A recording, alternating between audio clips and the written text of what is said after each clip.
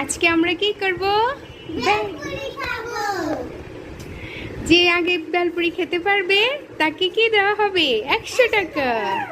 আর baby দিবে টাকা। এই যে আরো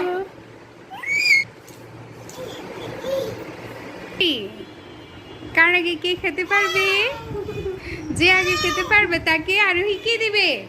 100 টাকা দিবে। আর এই বেবি কি দিবে? 100 টাকা দিবে। দেখি তো কে আগে খাচ্ছ। যে আগে শেষ করতে পারবে তাকে 100 টাকা দেওয়া হবে। কয়টা কয়টা বেলপুরি? 5টা।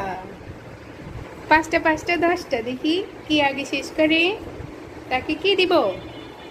100 টাকা দিব।